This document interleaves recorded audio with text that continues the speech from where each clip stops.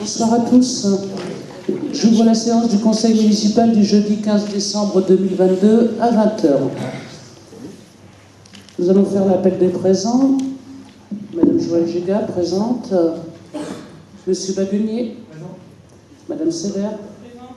Monsieur Tronel. Présent. Madame Chiche-Partiche. Présent. Monsieur Joly. Présent. Madame Lachaud-Lucien Brun. Présent. Monsieur Desclous. Présent. Madame Wendinger. Présent. Madame Gourrebin. Présent. Madame Martin Romanic. Présent. Monsieur Randriani Ravo a donné pouvoir à Monsieur Joly. Monsieur Uceda a donné pouvoir à Madame Géga. Monsieur Tierfoin a donné pouvoir à Monsieur Tronel.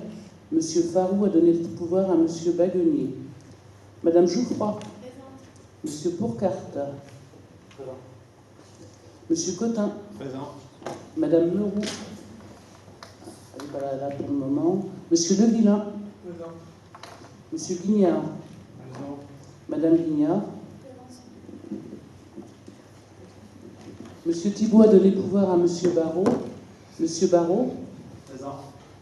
Madame Erapa a donné pouvoir à Monsieur Aubertin. Monsieur Aubertin. Présent. Madame Poincelin. Présent. Madame Alexandre. Présente. Monsieur Deroff. Absent. Je vous remercie. Nous allons désigner le secrétaire de séance. Monsieur Cotin, est-ce que vous êtes d'accord? Je vous remercie. Alors, les informations diverses. Les mouvements de personnel. Il y a Monsieur Maël qui est rentré le 12-12-2022, qui est reparti le 16-12-2022. C'était un remplacement au cinéma. C'était une prolongation d'un contrat temporaire en remplacement. Ensuite, notification d'attribution de subventions. Demande de subvention pour le budget participatif et solidaire pour l'aménagement du jardin de l'église, la région Île-de-France, la délibération DCM numéro 2022-41, prise en CL du 31-5-2022, montant demandé 3 000 €, accordé 3 000 €, soit 63,90% des travaux. Voilà pour les informations. Les décisions prises depuis le dernier conseil. Alors, la décision numéro 54 du 18-11-2022, elle concerne l'enfance. La convention tripartite entre l'école du jeu de paume, la bergerie nationale de Rambouillet et la commune. Semaine thématique à la ferme entre le 17 et le 21-4-2023. La commune prendra à sa charge une partie du projet à hauteur de 600 € toutes taxes comprises. La date du contrôle de légalité est le 1er décembre 2022. La décision numéro 55 du 22-11-2022 qui concerne les bâtiments, le marché public de coordination SPS de niveau 3, opération de travaux de déconstruction et dépollution du 15 rue des Corroyers, le prestataire LM3C. Le montant est de 3 090 € hors taxes, soit 3 708 € toutes taxes. Contrôle de légalité le 1er décembre 2022. La décision numéro 56 du 1er décembre 2022. Développement économique. Convention d'occupation temporaire du domaine public. Food truck Pizza Napoli. Gérant Monsieur Bichet. Surface 6,5 m². Parking place Jean Moulin. Le mardi de 17h30 à 21h30. Durée 1 an renouvelable par tacite reconduction. 7,50 € toutes taxes comprises par jour.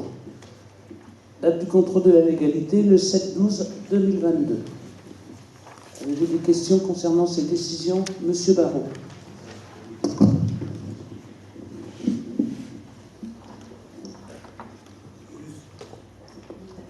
Juste une petite question sur le marché avec LM3C. Ça concerne quoi sur l'emprise de la rue des Corroyers? Parce que 3 000 € pour la totalité de déconstruction et la totalité des pollutions, ça me paraît un montant relativement faible. Donc... Alors, je crois que c'est l'AMO. Je pense que c'est ça. Oui, voilà, c'est confirmé, c'est l'AMO. D'accord.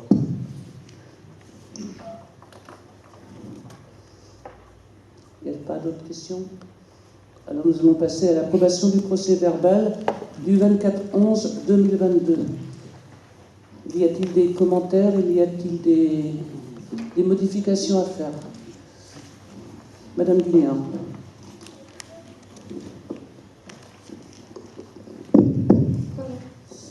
Alors, concernant donc page 26.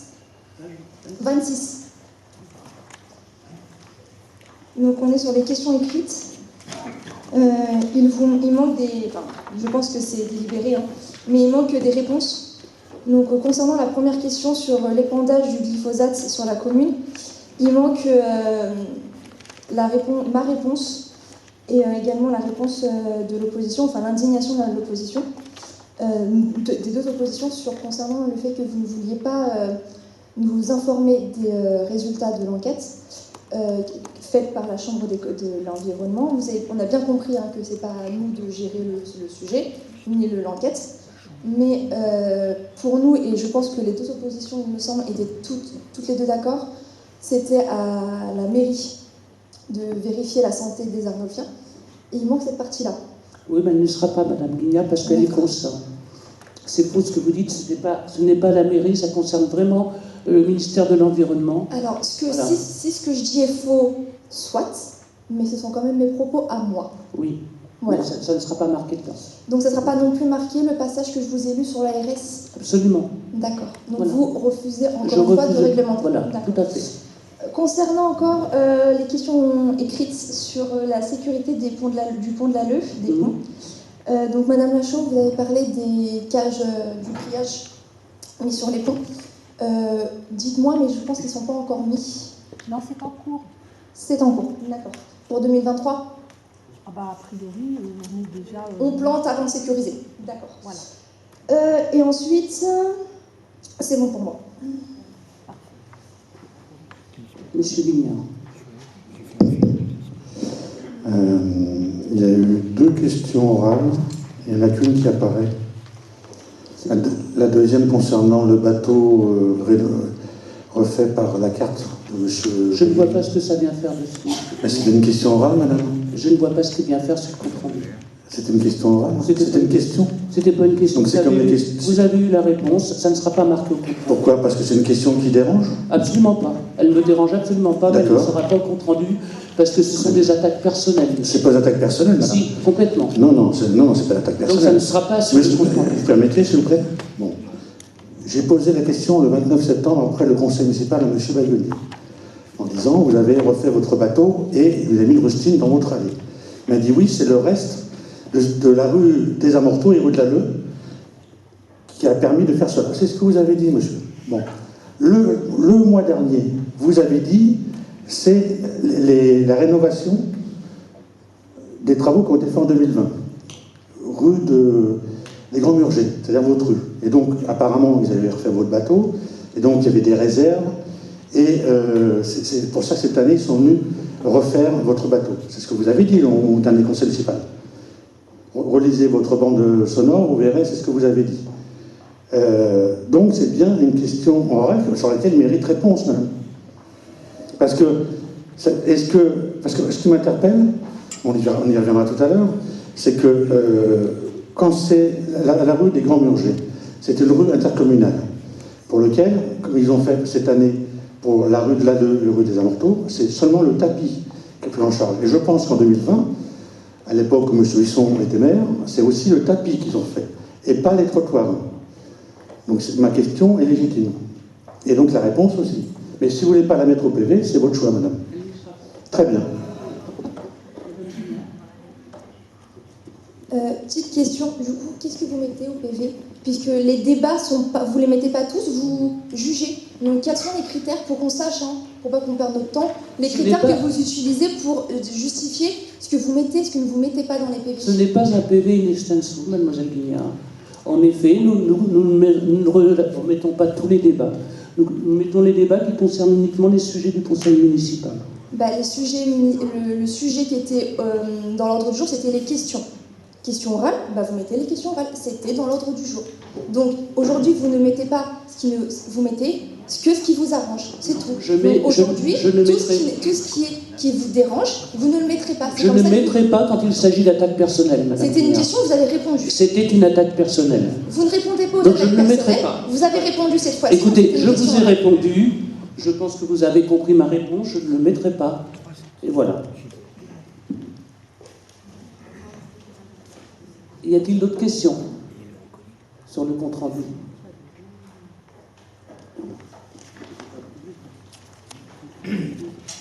Bon, est-ce que vous approuvez le compte-rendu? Y a-t-il des voix contre? Y a-t-il Monsieur Guignard, Madame Guignard? Y a-t-il des Monsieur Baron? Y a-t-il des personnes qui s'abstiennent? Madame Alexandre, Madame Poincelin? Je vous demande de vous nommer, c'est plus simple pour moi parce que vous avez des pouvoirs. Monsieur Aubertin? Madame Alexandre? Monsieur Thibault? Toute action? Monsieur Pourcart s'abstient. Qui est pour? Alors je vous demande de vous nommer, c'est plus simple. Monsieur Cortis. Monsieur Cronen, Monsieur Kirfoy. Sévère. Olivier Farou. Géga, Uceda. Joly, Rand, Briana, Briveau. Lachaud. Desclos. Vantinger. Cotin. Barthéramoni. Je vous remercie. Ce compte-rendu est approuvé. Oui. Le secrétaire de séance, M. Tirfoin, valide le PV en l'état. Par rapport aux questions qu'on vous a posées. Qui a-t-il donné le pouvoir? C'est moi qui. Il valide, oui, il l'a Non, mais validé. il valide. Hein. Il le valide et il l'a relu, de toute façon. Il l'a reçu. Il le valide. Très bien, merci. Alors, la note de synthèse numéro 1. Affaires générales, cimetière. Procédure de reprise des concessions en état d'abandon du cimetière communal de la ville.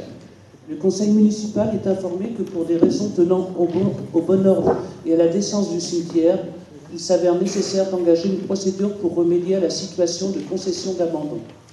Les concessions visées par la procédure présentent pour la grande majorité d'entre elles les caractéristiques suivantes.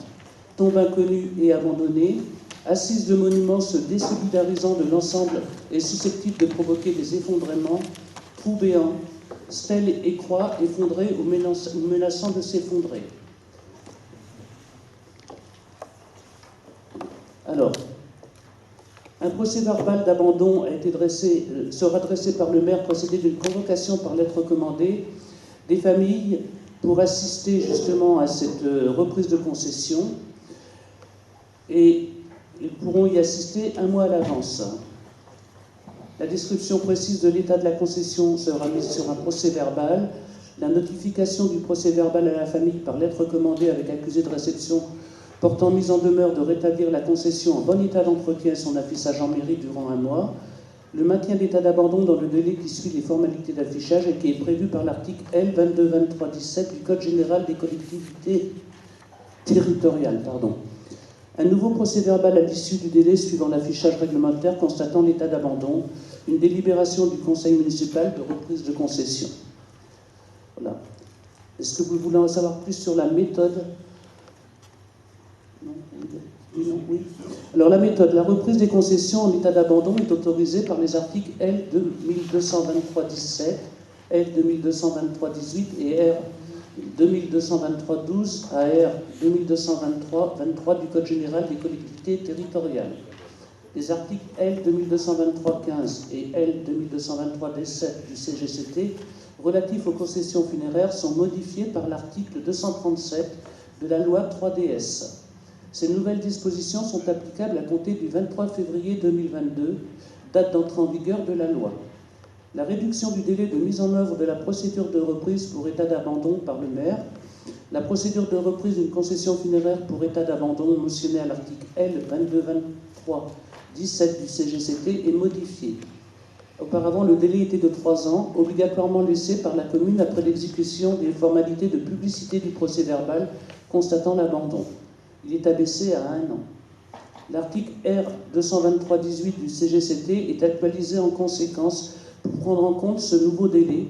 Cette disposition permet aux communes de reprendre plus rapidement les concessions abandonnées tout en respectant les droits des usagers du service public funéraire. Pour qu'une concession funéraire puisse faire l'objet d'une reprise, il convient qu'elle remplisse 3 critères. Avoir plus de 30 ans d'existence, la dernière inhumation a dû être effectuée il y a plus de 10 ans, être en état d'abandon. Voilà, avez-vous des questions? Oui, monsieur Baron. Quel a été l'avis de la commission cimetière sur cette délibération? Nous en avons parlé en commission et il n'y avait pas de problème. D'accord. Voilà.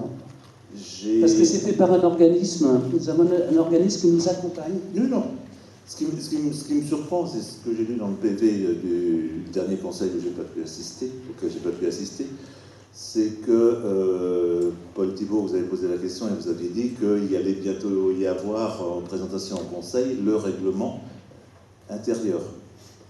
A priori, on ne le voit toujours pas, mais vous passez, comme dans d'autres sujets, des délibérations par petits bouts sur des sujets sans qu'on ait le règlement et la vue globale de l'utilisation du cimetière. Alors, quand est-ce qu'on aura le règlement du cimetière? C'est pas du tout con. Je ne comprends pas la logique que vous suivez. J'ai répondu à M. Thibault au dernier conseil que le règlement du cimetière serait étudié en commission cimetière.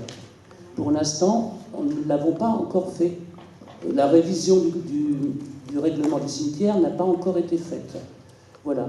Donc, pourquoi ne pas attendre la révision du règlement pour passer une telle disposition? Non, parce que là, c'est fait par une société qui nous accompagne, une société agréée, qui est la société GESSIM, qui nous accompagne. Donc, nous commençons les formalités dès maintenant, parce que, comme vous le savez, ça prend 1 an. Donc, nous allons faire une commission cimetière prochainement pour revoir le règlement intérieur. Je suis d'accord sur le principe, je trouve que les choses, encore une fois, sont faites un petit peu dans tous les sens et pas forcément dans un sens logique. C'est peut-être pas dans le sens que vous voulez, mais c'est dans un sens qui correspond tout à fait à la logique de la reprise des concessions par un cabinet qui est spécialisé. Pas dans la logique d'une gestion globale du cimetière telle qu'il revient aux élus du Conseil de le faire, puisque nous prenons des dispositions certes légitimes, mais dans un cadre sur lequel nous ne connaissons pas le cadre global que vous voulez changer. Donc c'est pas logique. C'est le règlement du cimetière, c'est l'utilisation du cimetière, c'est le règlement. C'est le règlement. On l'est avant cette disposition-là. Écoutez, monsieur, je note votre demande. Et nous aurons une commission cimetière prochainement, en début d'année, pour faire justement le règlement du cimetière. Monsieur Guignard.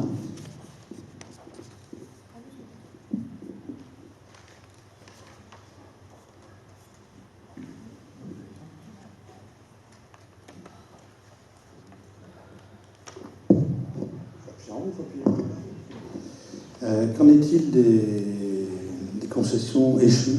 Parce que vous parlez de l'abandon, il y a 2 procédures bien spécifiques. Hein. Il y a échu et l'abandon. Vous avez des concessions échues et de concessions à l'abandon. Il y a 2 procédures bien différentes. Pour les concessions? Les concessions échues et les concessions à l'abandon. Ce sont 2 procédures bien différentes et bien spécifiques et réglementées. Écoutez, monsieur, nous avons pris un cabinet qui nous accompagne et qui sait quelles sont les différences et qui nous accompagne sur ce, justement pour que nous ne fassions pas d'erreur légalement. Madame Géga. Madame Géga. Madame la Présidente, si vous voulez, mais pas Madame Géga. Pas ce soir. D'accord, si vous voulez bien. Alors, ne m'appelez pas Monsieur Guignard, s'il vous plaît. Non, m'appelez Monsieur le conseiller de l'opposition du groupe Saint-Arnaud-Hibou. Ou alors... Vous pouvez rêver, Monsieur Guignard. Ou alors, Madame Géga, vous pouvez m'appeler Monsieur le maire, parce que Monsieur le maire, c'est un titre, c'est comme président. Monsieur le maire est maire. Je peux parler, Madame Géga, arrêtez d'interrompre tout le temps les gens. Vous pouvez, si vous voulez que je vous appelle Madame la maire, vous m'appelez Monsieur le maire, parce que c'est un titre et c'est comme président. On peut être quand même respecté, s'il vous plaît, Madame. Et donc,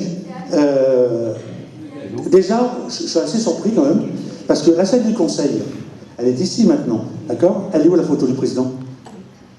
Elle est où la photo du président? Normalement, dans une salle de conseil municipal, il y a la Marianne, il y a les drapeaux français, européens, et la photo du président de la République. Elle est où la photo du président de la République? Je ne connais pas ce règlement. Ah ben oui, vous ne connaissez pas grand-chose, ça vous le savez. Oui, ça c'est vrai. Vous avez appris beaucoup avec moi, madame. Vous avez raison, monsieur. Bon, alors, vous passez par un organisme extérieur, d'accord. Déjà, avant, c'était fait en mairie, hein, dans la plupart des mairies, Sur papier. je peux parler, madame, s'il vous plaît. Sur papier, monsieur Guignard. Je peux parler de m'interrompre tout le temps. N'importe quoi. Mais bien sûr, comme je suis un menteur pathologique aussi, vous avez raison, les deux en tout cas. Bon, de ce côté-là, moi, on se ressemble. Donc, pourquoi, dans la plupart des communes, c'est le service de l'état civil qui s'occupe du cimetière. Comme disait M. Barraud tout à l'heure, on passe par un prestataire extérieur pour ceci, on passe par un prestataire extérieur pour cela. Je veux dire, l'argent des Arlefiens n'est pas extensible quand même. Alors c'est facile de créer des augmentations d'impôts fonciers, mais quand même, à un moment donné, il faut prendre vos responsabilités.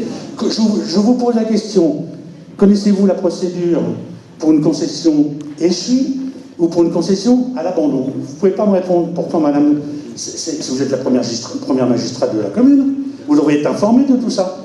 Alors, monsieur, je vais quand même vous dire que pour la société Gestime, le coût est de 207,20 € par concession reprise. C'est pas comme l'argent des Arlefiens à un point. Mais vous ne répondez pas à ma question, madame. Vous n'êtes pas informé. Vous, à chaque fois, vous brûlez en touche en disant ah bah non, c'est pas moi, c'est pas nos services, c'est une société extérieure, donc elle va gérer. J'ai des agents. Donc vous montrez, oui, mais la moindre des choses, c'est que les premiers magistrats de la ville soient informés de ces dossiers et connaissent comment ça fonctionne. Vous avez répondu à ma question, je vous remercie. Y a-t-il d'autres questions? Madame Guignard. Donc, tout ce qui est le cadre légal, vous laissez à l'organisme de le faire. Côté nombre, vous savez du coup le nombre de concessions abandonnées? Alors, pour le moment, le recensement a été fait. Il s'agirait de reprendre une dizaine de tombes chaque année. Enfin, jusqu'à temps qu'il y ait oui, chaque année, jusqu'à temps qu'il n'y ait plus de concessions abandonnées. D'accord. Voilà. Et le nombre, alors, je pose la question, mais vous ne savez pas ce que c'est, donc je pense que vous ne pouvez pas répondre. Combien on a de concessions échues? Parce que, pour ceux qui ne savent pas, une concession échue, ça veut dire que, on va dire ça comme ça, les tombes sont occupées illégalement. Donc c'est une perte financière pour la commune. Illégalement? Oui, parce qu'il faut payer, madame Gégard, pour être enterré. Nous n'avons pas ça permis. Des échus? Vous n'avez pas de concession échue? Non. Donc vous ne saviez pas ce que c'était échu, tout d'un coup vous êtes sûr qu'il n'y a pas de concession échue? Tant mieux pour vous. Bah écoutez, si vous savez mieux que moi, c'est parfait. Bah, j'aimerais que vous vous renseigniez quand même, parce qu'il y a 5 minutes, vous ne saviez pas ce que c'était échu. Sur les tombes, il y a un petit panneau sur les tombes disant la date. Une concession, c'est 15 ans. C'est 10, 15, 30 ans. Une concession, c'est 10, 15, 30 ans. Au bout de 10 ans, si personne renouvelle la concession, eh ben vous avez 2 ans pour intervenir auprès des familles, de vous renseigner pour les informer, et au bout de 2 ans, vous pouvez prendre possession de cette concession qui est échue, et donc faire de la place au cimetière. Et apparemment, vous n'êtes pas au courant, madame. Donc je vous informe. Et vous savez, vous faites un petit tour dans le cimetière, il y a des petits panneaux devant les concessions, demandez à votre service d'état civil, et ils vont, parce que ça a été fait quand j'ai demandé, hein, quand j'étais à cette époque-là. Et donc, vous pouvez sourire, madame. Et donc, vous avez un temps pour que les familles soient informées par tous les moyens possibles, en recommandé, et autres solutions. Il y a une procédure pour ça. Pas besoin de passer par un organisme extérieur qui vous coûte une fortune. Oui, et bien donc, et à partir de là, vous pouvez prendre la concession qui devient disponible, puisqu'elle n'est pas renouvelée par la famille.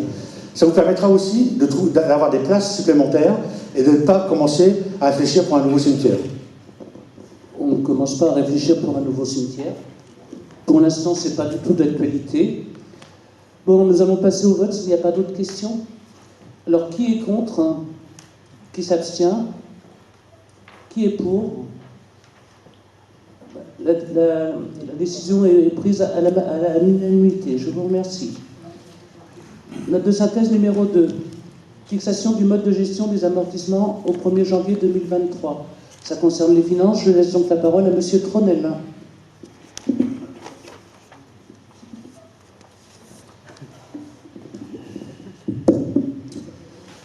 Donc, fixation du mode de gestion des amortissements au 1er janvier 2023. La mise en place de la nomenclature budgétaire et comptable M57 au 1er janvier 2023 nécessite de fixer le mode de gestion des amortissements des immobilisations. Les entités publiques adoptant le référentiel budgétaire et comptable M57 conservent leurs propres dispositions en matière de dépenses obligatoires. Ainsi, le passage à la nomenclature M57 est sans conséquence sur le périmètre d'amortissement et de neutralisation des dotations aux amortissements. Dans ce cadre, les communes de plus de 3500 habitants procèdent à l'amortissement de l'ensemble de l'actif immobilisé, à l'exception des œuvres d'art, des terrains, autres que les terrains de gisement, des frais d'études et d'insertion suivis de réalisation, des immobilisations remises en affectation ou à disposition, des agencements et aménagements de terrains hors plantation d'arbres et d'arbustes, des immeubles non productifs de revenus. Les communes et leurs établissements publics n'ont pas l'obligation d'amortir les bâtiments publics et les réseaux et installations de voirie. Par ailleurs, les durées d'amortissement sont fixées librement par l'Assemblée délibérante pour chaque catégorie de biens, sauf exception, conformément à l'article R 2321-1 du Code général des collectivités territoriales. Dans le cadre de la mise en place de la M57, il est proposé de conserver les durées d'amortissement appliquées en M14 sur la ville de Saint-Arnaud en Yvelines et de son budget annexe, la régie d'exploitation cinéma, le cratère, voire annexe, car ces durées correspondent effectivement aux durées habituelles d'utilisation des biens concernés. La nomenclature M57 pose le principe de l'amortissement d'une immobilisation du prorata temporis. Cette disposition implique un changement de méthode comptable, puisque sous la nomenclature M14, la ville et la régie d'exploitation cinéma Le Cratère calculaient les dotations aux amortissements en pleine année, avec un début au 1er janvier N+1. L'amortissement au prorata temporis est calculé pour chaque catégorie d'immobilisation au prorata du temps prévisible d'utilisation. Ainsi, l'amortissement commence à la date d'entrée du bien dans le patrimoine de la ville et dans celui de la régie d'exploitation cinéma Le Cratère. Ce changement de méthode comptable s'applique de manière prospective uniquement que les nouveaux flux réalisés à compter du 1er janvier 2023, sans retraitement des exercices clôturés. Les plans d'amortissement qui ont été commencés suivant la nomenclature M14 se poursuivront jusqu'à l'amortissement complet selon les modalités définies à l'origine. Aussi, une entité peut justifier de la mise en place d'un aménagement de la règle du prorata temporis pour les nouvelles immobilisations mises en place, notamment pour des catégories d'immobilisation faisant l'objet d'un suivi globalisé à l'inventaire, biens qui par lot, petits matériels et outillages, fonds documentaires, biens de faible valeur. Dans ce cadre, il est proposé d'appliquer par principe de la règle du prorata temporis et dans la logique d'une approche par enjeu, d'aménager cette règle pour les biens de faible valeur, c'est-à-dire ceux dont le coût unitaire est inférieur au seuil de 500 € TTC, qui font l'objet d'un suivi globalisé. Un numéro d'inventaire annuel par catégorie de biens de faible valeur. Il est proposé que les biens de faible valeur soient amortis en une annuité unique au cours de l'exercice suivant leur acquisition.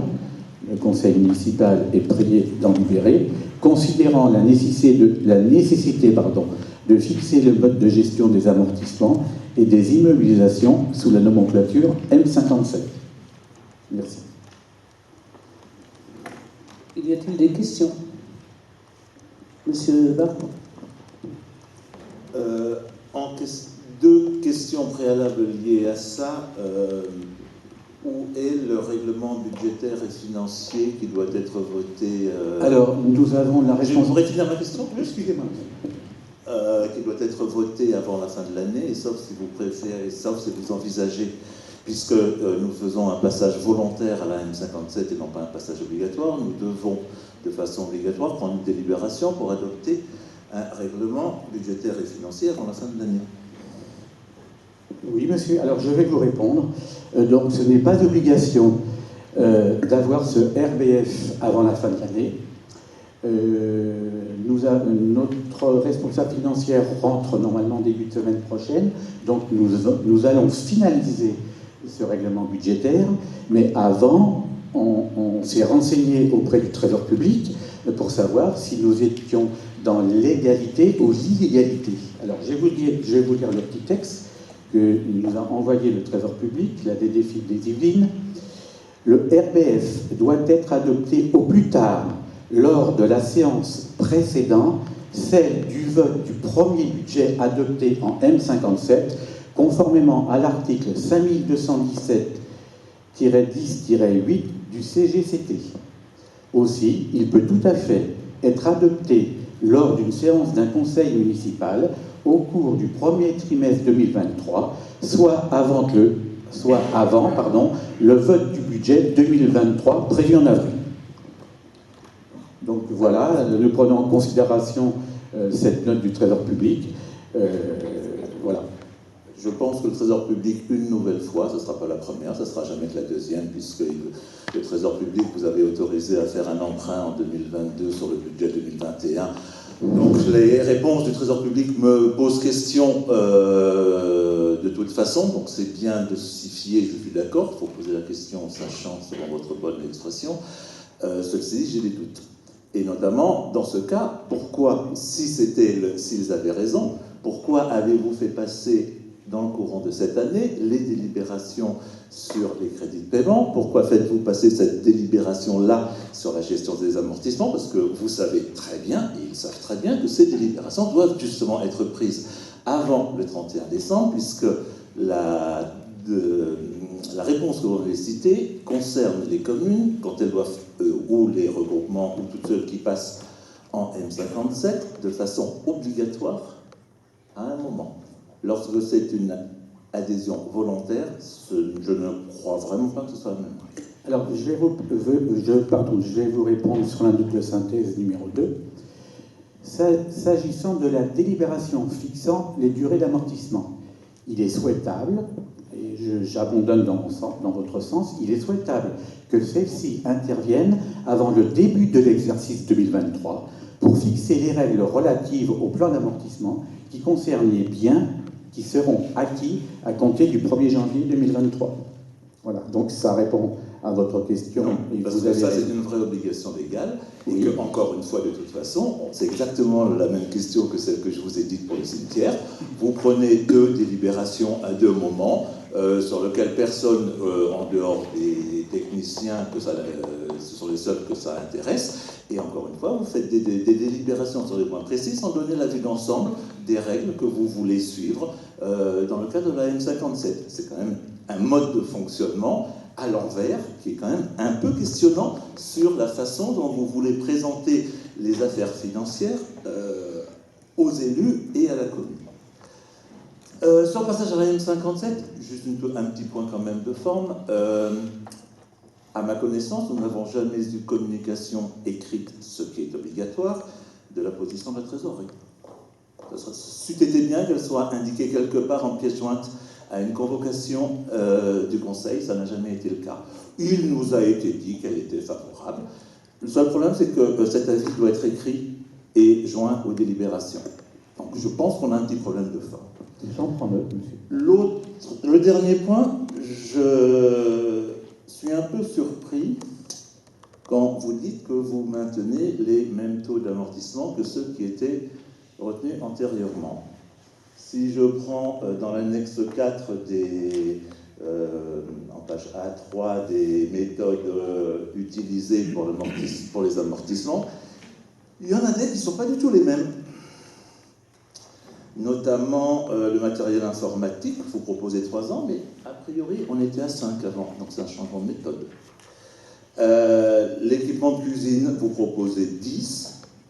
Comme ça n'était pas individualisé en M14, on était sur du matériel équipement, ça devait être à 15. Sur les aménagements de terrain, qui n'étaient pas spécifiquement visés antérieurement, vous mettez 30 ans, oui, mais c'était à 15 aussi. Et alors les bâtiments durables, là, vous proposez 50 ans, je pense qu'on était également à 15 avant. De même que pour les immobilisations inférieures à un certain seuil qui sont prises en charge directement, certes c'est l'évolution de la loi, mais on était à 300 avant, donc il y a des changements. Et ça, je pense, moi, je n'ai pas de réponse, mais je pense que ça me pose des soucis techniques, parce que autant les modifications à faire de façon prospective, elles sont clairement identifiées pour la règle du prorata temporis, c'est-à-dire la première année d'acquisition ou l'année de cession. Les changements de méthode qui touchent complètement l'amortissement d'immobilisation, donc leur valeur nette qui reste, à partir du moment où on a des changements relativement importants, a priori, peut-être sous confirmation, je peux très bien... ce qui me poserait problème, c'est que du coup, les documents officiels qui ont été transmis par la trésorerie et autres, ceux qui ont été votés, seraient faux au titre des années passées. Ça m'embêterait, mais bon, je ne sais pas. Mais je pense qu'il faudrait réellement vérifier que vous ne faites pas de tels changements et que si vous les faites, quelle est réelle. Est-ce qu'il ne faudrait pas à ce moment-là faire une étude, une modification au contraire rétrospective et voir quelles sont les conséquences sur le compte administratif de cette année et sur le budget de l'an prochain. Et là, je suis vraiment pas sûr du tout. C'est pour ça que moi, en l'état, je vais voter contre, parce que je ne suis absolument pas certain que ce que vous dites, que ça ne change rien, ce soit effectivement le cas. Ok, monsieur, écoutez, je vais bien regarder et je prends note de vos remarques et nous reviendrons vers vous voilà, pour justifier cette note de synthèse. Mais est-ce que vous aviez vérifié au moins qu'il n'y avait pas de changement dans les taux tel que cela a été écrit dans ce que vous avez écrit? Oui, j'ai regardé comme ça sur certaines désignations concernant les durées d'amortissement. Alors, c'est vrai, par exemple, sur les logiciels, sur ce taux d'amortissement à la M57, c'est 2 ans. A priori, c'était entre 1 à 3 ans. Non, le Conseil avait voté et c'était retenu comme 2 ans déjà par le passé. C'était pas entre 1 et 3, ce sont les normes officielles. Bon, d'accord, je vais regarder à nouveau, je ne voudrais pas vous dire de bêtises. Merci. D'autre part, est-ce que vous pouvez nous indiquer quelle est la logique entre amortir des bâtiments durables sur 50 ans, mais en revanche amortir les subventions d'équipement ou les autres sur 30 ans, qui ne sont pas... pourquoi amortir les subventions sur un rythme différent que l'actif qu'ils sont censés financer, dans un certain nombre de cas? Sincèrement, je ne sais pas vous répondre, il faut que je regarde. C'est un petit peu technique. Vous êtes là aussi pour ça, pour répondre aux questions et gérer les aspects techniques. Oui, monsieur, écoutez, vous avez raison. Écoutez, j'en prends connaissance et je pourrais vous répondre la prochaine fois. Monsieur Barrault, une subvention, elle ne dure pas 50 ans. Mais c'est après. Pour le prêt, ça ne dure pas 50 ans, on l'amortit sur la durée du prêt. Troisième ligne avant la fin, subvention d'équipement, bâtiment et installation, durée d'amortissement M57, 30 ans. Subvention d'équipement, projet d'infrastructure, 40 ans. C'est ce qui est écrit, j'y peux rien. Or, ça veut dire que les biens tels qu'ils vont être inscrits au bilan, bon, je suppose qu'un projet d'infrastructure est un bâtiment durable, donc le bien lui-même sera amorti sur 50 ans, la subvention qui y sera relative sera amortie sur 40. Y a-t-il une logique derrière ce choix? On n'est pas uniquement sur un aspect technique, c'est aussi une décision politique de savoir comment est-ce qu'on veut présenter l'état de notre bilan et l'impact des amortissements sur un compte administratif. Ok, je comprends. On va regarder de plus près ces états de fait et puis on reviendra vers vous pour vous donner une explication un peu plus conséquente. Dans ce cas, ne serait-il pas logique de reporter cette décision jusqu'à ce qu'on ait une validation, que les taux qui sont indiqués sont cohérents et qu'on n'a pas d'autres soucis? Et pourquoi cela n'a-t-il pas été présenté en commission finance a priori? Alors, on ne la retire pas, non. On ne la retire pas, nous allons la faire voter. Tiens donc, et pourquoi donc? Monsieur Guignan. Pourquoi, s'il vous plaît, Monsieur pourquoi Barrault. donc? Pourquoi de la... Parce qu'on ne la retire pas. J'ai pas fini mes questions. pourquoi vous ne la retirez pas? Puisque c'est quelque chose sur lequel Alors, quand vous avez ce genre Monsieur Barrault, quand vous avez ce genre de questions, vous les posez par écrit pour qu'on puisse vous répondre en conseil. Bah, je pose la question. L'adjoint aux finances est quand même là pour répondre aux questions, que je sache. L'adjoint aux finances est là pour répondre aux questions. Tout à fait, tout à fait. Il répond. Et ça fait plusieurs conseils que ça dure qu'il n'en apporte quand même pas beaucoup. Et c'est quand même un petit peu embêtant sur des sujets pareils. Alors, je reviens sur la commission finances qui s'est passée la dernière fois. Il y avait des questions qui avaient été posées, et sur cette commission, j'ai apporté les réponses qu'il fallait aux questions qui m'étaient demandées. Ça m'a permis de voir un petit peu les questions et puis de pouvoir y répondre dans la logique des choses. Néanmoins, cette histoire d'amortissement, c'est vrai que c'est assez compliqué. Ma responsable financière est toujours malade, donc voilà, nous avons essayé de faire au mieux cette note de synthèse. Voilà. Mais c'est pour ça que je propose, puisque vous avez besoin d'elle, de reporter le vote jusqu'à ce qu'elle soit revenue et que vous ayez pu valider les différents éléments. Non, je ne le reporterai pas, Monsieur Barrault. Donc cela serait-il à dire que, contrairement à ce qu'a dit M. Tronel, ça n'est pas uniquement recommandé, mais que ce serait obligatoire et que vous avez peur de passer le délai du 31 décembre et d'être dans l'illégalité? De toute façon, M. Barrault, vous nous avez indiqué dès le début de votre question que vous ne le voteriez pas. Non, mais j'aimerais une réponse à ma question. Votre refus de le reporter serait-il lié au fait que vous craignez une illégalité du passage à la M57 si vous ne votez pas cette délibération ce soir? Parce que vu que les éléments présentés ne sont pas certains, et en l'absence de réponse, c'est quand même un peu curieux de faire voter une décision en disant on ne change rien, tout est bon, et ça, et puis dire ah oui, mais on ne sait pas, mais on vote quand même. Par ailleurs, pourquoi n'avez-vous pas indiqué dans la décision, dans cette décision sur les amortissements, la durée d'amortissement retenue pour les documents d'urbanisme? Puisque justement le CGCT prévoit éventuellement une durée maximale pour s'assurer qu'on le fait, à moins que l'urbanisme ne soit pas une de vos priorités, je serais un petit peu étonné.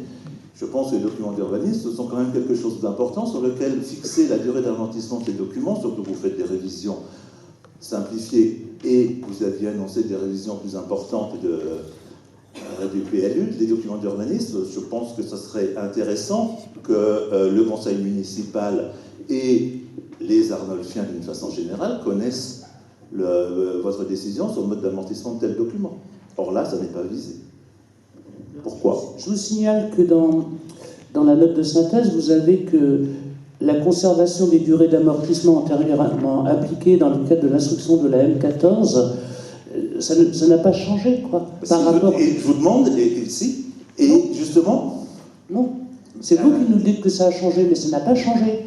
C'est marqué que c'est conservé, la conservation des durées d'amortissement antérieurement appliquées dans le cadre de l'instruction de la M14. Sauf qu'a priori, vous dites que c'est faux. Le matériel informatique, il a été amorti sur 5 ans, vous proposez 3 ans. C'est un changement. Mais moi, je ne suis pas persuadé que vous ayez raison, Monsieur Barrault. Alors, dans ce cas, je suis très très embêté parce que tous les comptes administratifs des années passées qui ont été présentés, qui ont été votés, sont faux.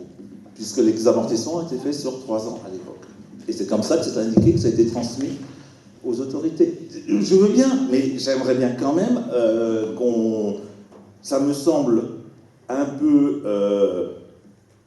aberrant s'il y a, et je pense qu'il y en a, parce que là, je vais regarder les comptes administratifs et les informations qui sont fournies, c'est incohérent. On ne sait peut-être pas, peut-être que j'ai raté des choses, sans quoi, je veux dire, je ne mets absolument pas ni ma main ni quoi que ce soit à couper, mais je pense qu'il y a des incohérences, et dans ce cas,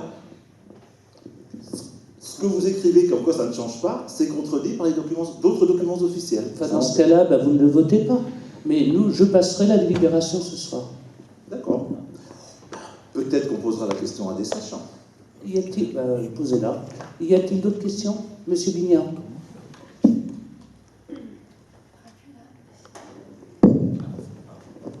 Monsieur Barrault, quel est votre sentiment par rapport à ce que vous venez d'évoquer Est-ce que c'est volontaire, involontaire? Est-ce que c'est tronqué?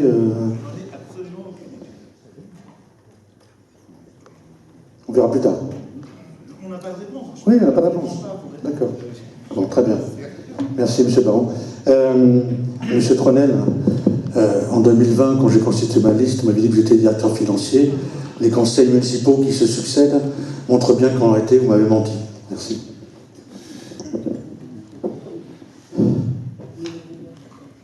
Oui, monsieur Aubertin. Oui, moi j'aurais voulu savoir pourquoi il n'y a pas eu de commission finance à ce sujet, parce qu'on aurait peut-être pu en débattre avant, ce soir. Alors, je vais vous répondre. Sur cette note de synthèse concernant la gestion des amortissements, je n'ai pas provoqué de commission finance du fait que je n'ai pas ressenti de déplacer du monde pour cette note de synthèse. Voilà. Parce que je vous aurais expliqué un petit peu la même façon, je vous aurais présenté cette note de synthèse de la même façon, et c'est pour ça que, juste pour un point, je n'ai pas fait, c'est la première fois, vous pourrez le constater, mais je n'ai pas fait de commission finance. Voilà. D'ailleurs, il y avait d'autres points, il y avait une demande de subvention qu'on n'a pas vu non plus en commission finance. Et moi, je voulais savoir qui a rédigé cette note de synthèse, la numéro 2, là, dont on parle, en l'absence de la personne qui est aux finances. C'est la personne qui est aux finances. Bon, nous avons quand même quelqu'un aux finances. Le service finance n'est pas... Il y a quand même un agent aux finances, monsieur Hubertin. Oui, ben donc en fait... Et cette note de synthèse a été revue par la direction.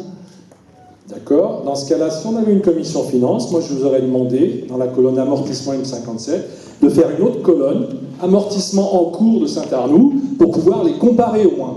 Parce que là, il n'y a aucun boulot, comme d'hab. Doucement. Comme d'hab, j'aime pas votre réflexion, monsieur. Écoutez, c'est un peu... Je n'aime pas du tout votre comme d'hab. Je le retire. Je tiens à vous... Mais je maintiens quand même qu'une colonne pour comparer les choses aurait été la bienvenue. Surtout quand on dit que ça ne change pas. Voilà. Écoutez, nous allons passer au vote. Qui s'abstient? Qui vote contre? Monsieur Le Villain. Qui vote contre? Alors, vous donnez vos noms, s'il vous plaît, parce qu'avec les pouvoirs, c'est un peu compliqué. Alexandre. Monsieur Bertin, Madame Erapa. Madame Poisson. Monsieur Barrault, Monsieur Thibault. Madame Guignard. Monsieur Guignard. Qui vote pour? Monsieur Tronel et Monsieur Pierrefoy. Gégal Seda. Joly et Andriana Rivaux. Lachaud. Desclous. Martine Cher. Cotin. Martin Rabani.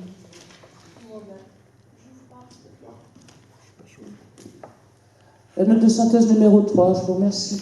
La note de synthèse numéro 3, la demande de subvention, candidature à l'appel de projet modernisation de l'éclairage public du Conseil régional. Je donne la parole à monsieur Bagounier.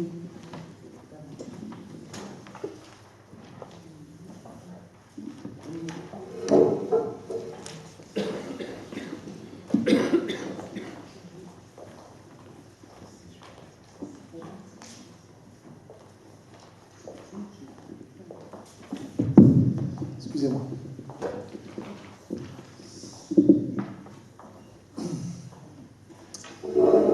Par délibération du Conseil municipal 2022-16, en date du 10 mars 2022, le Conseil municipal a adopté le projet de marché global d'exploitation et de maintenance des installations d'éclairage public associé à un programme de travaux d'amélioration avec un engagement sur les performances énergétiques. Il a également approuvé un plan de financement prévoyant la candidature de la commune à l'appel à projet correspondant au Conseil régional. Pour les besoins d'instruction du dossier, il est demandé au Conseil municipal de bien vouloir préciser plusieurs aspects du programme de travaux envisagés. La première précision porte sur le nom du dispositif sollicité, étant ici rappelé qu'il s'agit de l'appel à projet modernisation de l'éclairage public. La deuxième précision porte sur le montant des dépenses éligibles. S'il était initialement établi à la base de 697 650 € éligibles, il est proposé, après instruction, de le ramener à 659 450 €. Le différentiel porte sur l'exclusion des remplacements d'armoires électriques pour un montant de 38 200 euros. Le montant sollicité reste le même, 150 000 euros. Un tableau rappelle les dépenses hors taxes d'abord, celles qui sont donc éligibles aux dépenses de l'AAP, modernisation de l'éclairage public, 659 450 euros hors taxes donc. Les autres dépenses, 335 049 euros, pour un montant total de 994 499 euros. Côté recettes, la région Île-de-France nous demandons donc 150 000 euros, la DESIL pour 546 149,30 euros et les fonds propres pour 298 349 euros 70 centimes. Toujours pour un total de 994 499 euros. La troisième précision concerne la temporalité de réalisation du projet de modernisation et rénovation de l'éclairage public. Il s'agit de réaffirmer que les travaux seront réalisés sur une durée prévisionnelle de 9 mois. Vous êtes priés d'en délibérer. Y a-t-il des questions?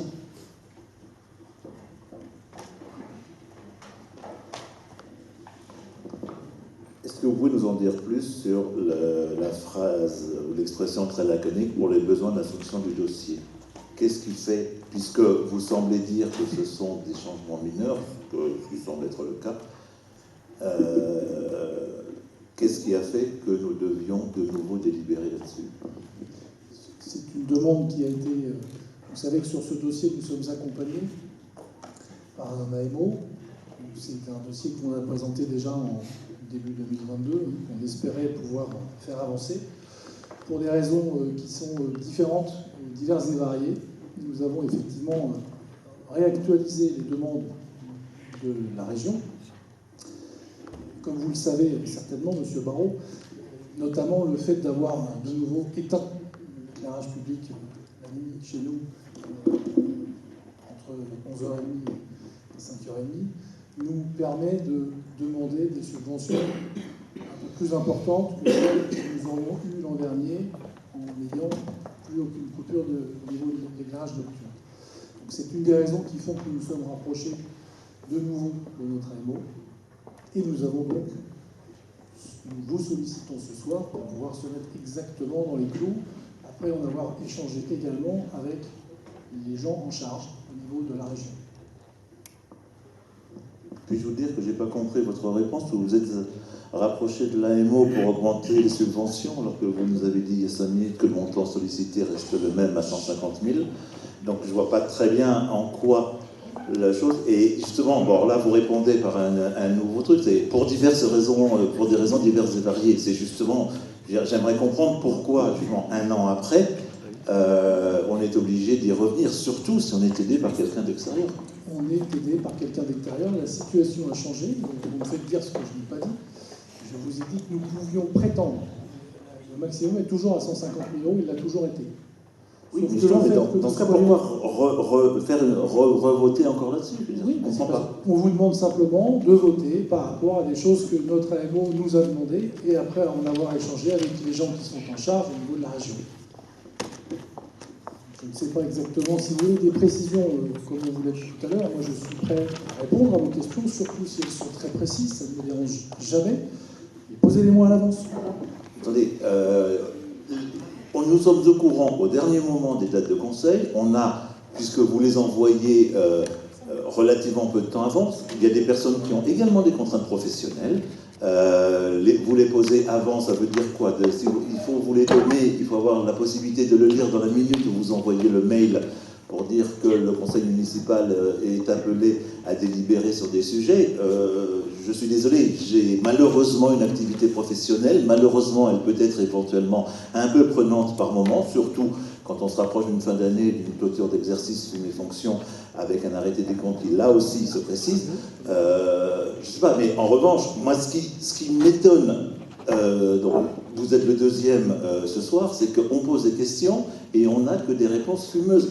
Je ne comprends pas, du coup, comment sont préparés ces conseils, pourquoi vous ne faites du coup pas plus de commissions, puisque justement ces questions-là, les membres des commissions pourraient vous les poser, vous auriez le temps éventuellement de leur répondre ou entre les commissions et le conseil de préparer les réponses à ces questions, et à ce moment-là, au conseil, vous donneriez des réponses un peu plus précises.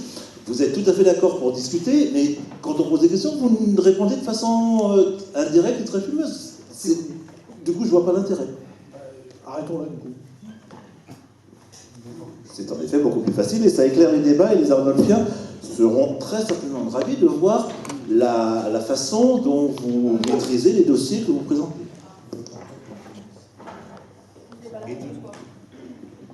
Bon, y a-t-il d'autres questions? Non, ben nous allons passer au vote. Qui est contre cette demande au Conseil régional au travers de l'APP de modernisation de l'éclairage public pour une subvention d'un montant de 150 000 euros? Puis-je vous contredire, ça n'est pas une modification de la demande, il semblerait que vous mainteniez la même demande. Non, pas du tout. C'est pas la même. C'est pas la même. Voilà, nous allons passer au vote. Qui est contre? Qui s'abstient?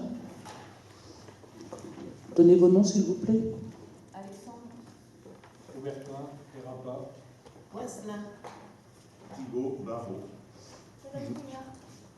Jolie, Randriana, Rivaud. Pardon? Jolie, Randriana, Rivaud. Tu t'abstiens? Oui. D'accord. Qui est pour? Daniel Pierre.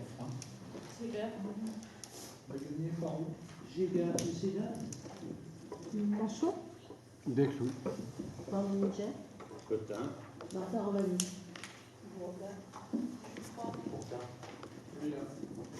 Je vous remercie. Cette délibération est adoptée à la majorité. Projet de délibération numéro 4, urbanisme, approbation du bilan 2021 des acquisitions et cessions foncières réalisées par l'établissement public foncier Île-de-France. Je donne la parole à Monsieur Baguenier. La commune de Saint-Arnoux est partenaire depuis le 20 novembre 2013 sur le secteur dit centre-ville, soit l'île aux Rivaux, avec l'établissement public foncier des îles, l'EPFI à l'époque. La commune a ensuite conventionné avec l'EPFI sur le secteur du Champ des Pommiers, pour lequel s'est substitué l'établissement public foncier d'Île-de-France, EPFIF, depuis le 1er janvier 2016.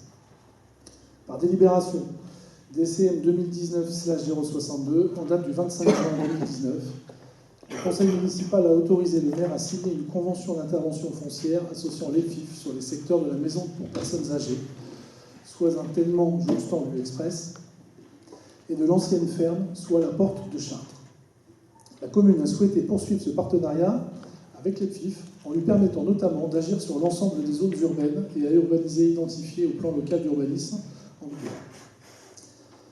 Ainsi, par délibération numéro DCM 2022/44, en date du 31 mai 2022, la commune a approuvé une nouvelle convention d'intervention foncière avec cet établissement.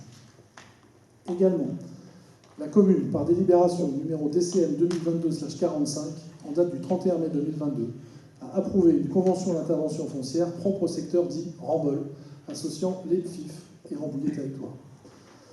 En application de l'article L2241-1 du Code général des collectivités territoriales, le conseil municipal doit chaque année délibérer sur le bilan des acquisitions et cessions foncières réalisées soit directement par la commune, soit par l'intermédiaire de personnes publiques ou privées agissant pour son compte. Acquisition et cession hors convention d'intervention foncière sans objet.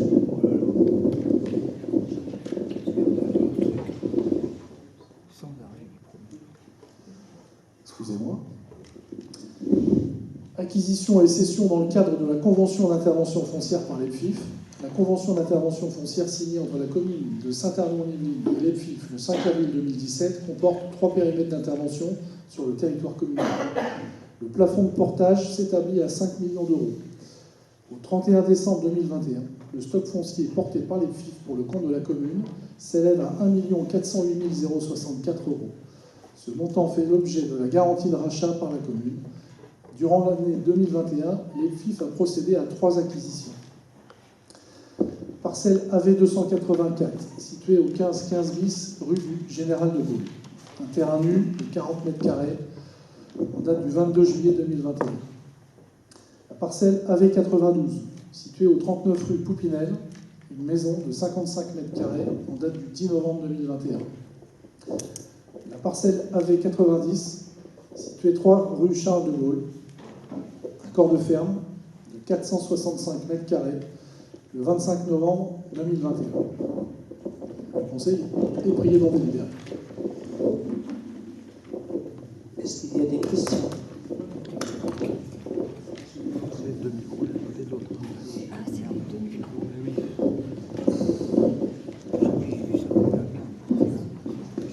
Monsieur Baron.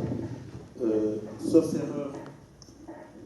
erreur de ma part, le rapport de l'ELFIF n'était pas joint à la convocation. Ça fait la deuxième année de suite. Pourquoi? Nous avons interrogé l'ELFIF, puisque nous avons le souvenir de ce que vous aviez demandé l'an dernier. Il nous a été répondu que ce sont des données confidentielles. Et donc, ils n'ont pas à être joints à cette note de synthèse. Confidentiel pour qui? Pourquoi? Parce que c'est extrêmement confidentiel, en effet, vu qu'on passe les éléments en conseil municipal, quelle confidentialité y a-t-il? Et pour des affaires qui concernent la commune, la confidentialité vis-à-vis du conseil municipal, c'est quand même quelque chose qui est extrêmement étonnant, puisque c'est l'organe qui gère la commune et qui délibère sur le conseil municipal. Donc avec ça, vous nous demandez de délibérer sur quelque chose que nous n'aurions pas le droit de connaître? Je vous répète simplement ce qui nous a été répondu, monsieur Marot. À partir du moment où je vous ai donné les parcelles, les montants, enfin les mètres carrés et les dates, le montant global est connu puisqu'il est affiché. Le détail n'a pas vocation à l'être. Si vous voulez avoir plus de détails, je peux demander à monsieur Vanier de vous lire ou de souvenir, de savoir quelle a été exactement la teneur de l'échange avec l'ELFIF. Il pourra en tout cas vous confirmer que nous les avons sollicités. Ah, parce que vous n'avez même pas un écrit là-dessus? Bien sûr qu'on a un écrit là-dessus, monsieur Baron. Est-ce que je vous ai dit que je n'avais pas d'écrit? Ben, je sais pas, vous avez demandé à M. Vanier oui, de souvenir de la conversation. Monsieur Vanier, c'est le directeur général des services, comme vous ne pouvez l'ignorer. Donc c'est normal qu'il soit, quand on a une question légitime, en plus réglementaire ou même juridique, c'est, me semble-t-il, la personne la mieux équipée chez nous pour pouvoir se renseigner. Donc c'est pour ça que je me tourne vers lui. Si vous souhaitez qu'il participe à l'échange, je lui passe la parole. Et en tout cas de cause, j'aimerais avoir communication de la réponse de l'ELFIF disant que c'est confidentiel et pour quelle raison un conseil municipal amené à délibérer sur leur rapport n'aurait pas le droit de le connaître. Je donne la parole à M. Vanier. Alors, il ne s'agit pas de délibérer sur le rapport. Il s'agit de délibérer sur le bilan 2021 des acquisitions foncières, c'est tout. Voilà. Ben, comment peut-on, puisque c'est basé sur un rapport d'un organisme externe, c'est ce rapport qui est le seul à justifier le fait que, justement, nous avons fait ces acquisitions et autres. Je veux dire, comment voulez-vous qu'on vote sur des acquisitions sur lesquelles, à la limite, nous n'avons strictement aucune information et sur lesquelles, parce que je ne pense pas qu'il y ait une commission urbanisme qui en ait parlé, je pose la question au réseau, on ne sait jamais. Donc, je trouve extrêmement, surprenant et désagréable de se voir opposer une notion de confidentialité vis-à-vis du conseil municipal qui est l'organe délibérant de la commune et qui doit approuver. Et je ne pense pas que ce soit très légal. Alors, une fois de plus, il ne s'agit pas de délibérer sur le rapport. Il s'agit... Non, très clairement. Mais dans ce cas, donnez-nous... Parce que sinon, vous auriez eu le compte rendu, effectivement. Mais dans ce cas, donnez-nous tous les éléments relatifs aux acquisitions, je ne sais pas. Mais alors là, on a il me semble que vous avez tout dans la note de synthèse. Non, parce qu'une note de synthèse, ça n'est pas un document quelconque officiel qui donne des justificatifs là-dessus. Quand je me pose des questions, j'ai pas pu retrouver la délibération, mais par manque de temps, dans votre 4e paragraphe, vous dites que la commune a souhaité poursuivre ce partenariat avec l'ELFIF, très bien, en lui permettant notamment d'agir sur l'ensemble des zones urbaines et à urbaniser identifiées au PLU en vigueur. Ainsi, on a eu une nouvelle convention. Son périmètre restait quand même défini à ma connaissance. Ça n'est pas sur l'ensemble des zones urbaines de toute la commune que sur lequel les FIF qu'on visait dans la convention. Si, et c'est directement en lien avec le fait d'être carencé. D'accord. Alors dans ce cas, si ça avait été étendu le 31 mai, pourquoi est-ce qu'on a pris une délibération spécifique pour le secteur de Rambol? C'est un peu contradictoire, non? Parce que c'est pas du tout, mais je vais vous rafraîchir la mémoire, parce que je ne connais pas les dossiers, mais quand même un petit peu.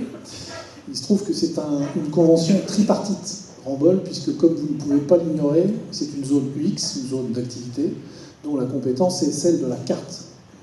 Nous avons donc une convention qui lie les FIF, la carte et la ville. Merci.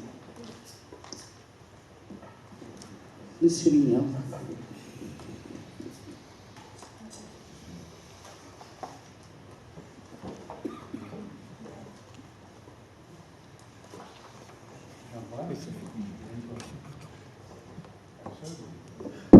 Voilà. Merci. Je tiens à rappeler que tout document qui rentre dans la mairie est donc consultable. Donc, si vous avez un élément de l'EFIF avec les montants des questions, enfin des réponses aux questions que les oppositions viennent de vous poser, c'est bien de les communiquer. Sinon, nous permettrons de contacter la CADA et savoir ce qu'elle en pense.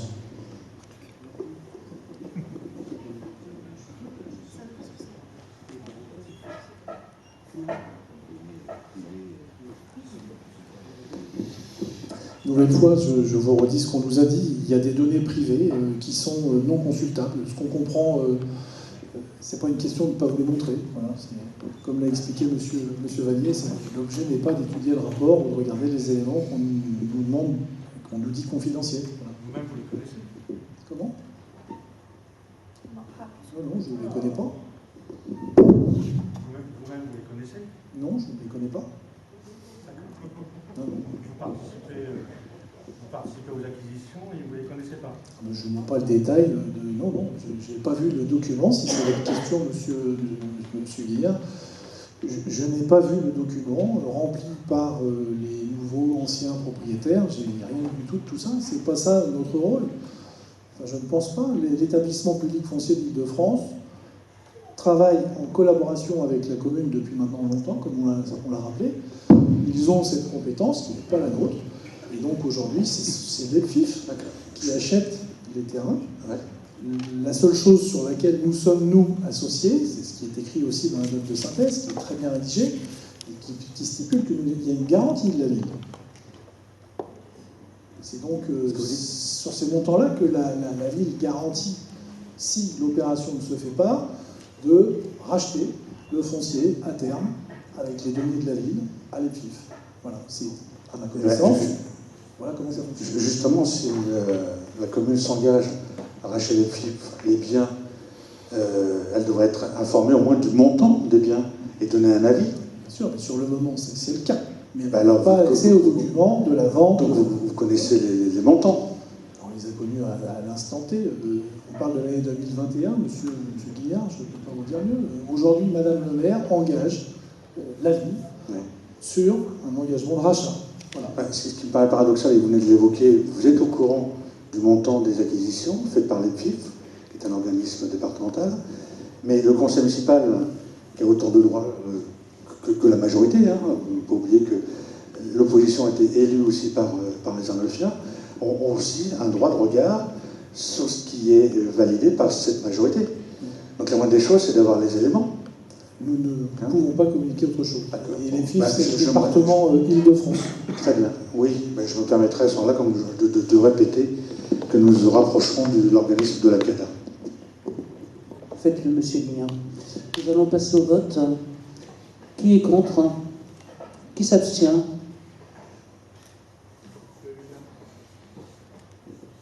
Monsieur, vous donnez vos noms, s'il vous plaît, monsieur Barraud.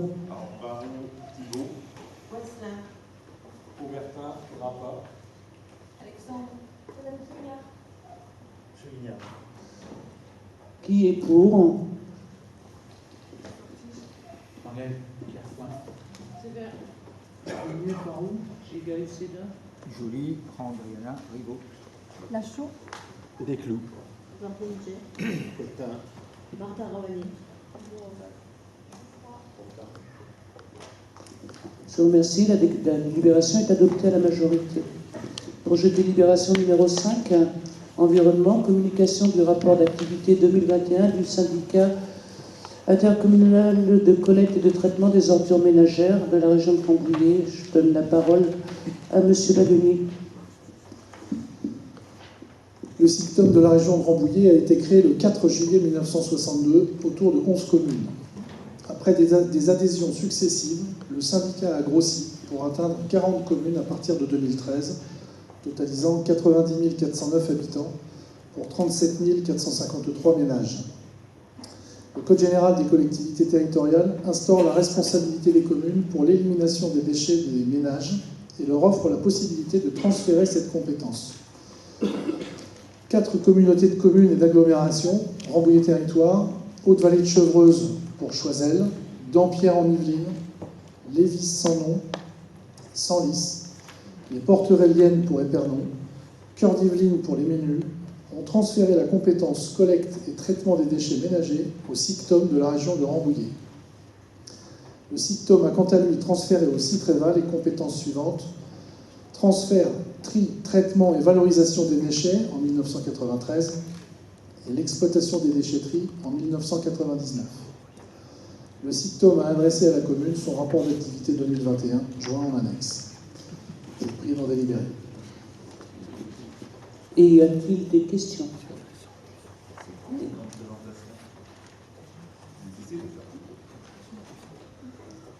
commentaires? Alors, je note que vous prenez acte de la bonne réception du rapport d'activité 2021 du SICTOM de la région de Rambouillet de collecte et de traitement des déchets. Je vous remercie. Projet de délibération numéro 6. Enfance et jeunesse. Modification du règlement intérieur du club 11-17. Je laisse la parole à Madame Sévère.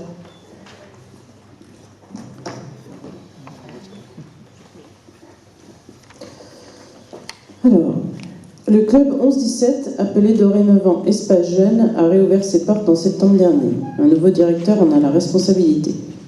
Pour information, depuis son ouverture, plus d'une centaine d'inscriptions ont été prises.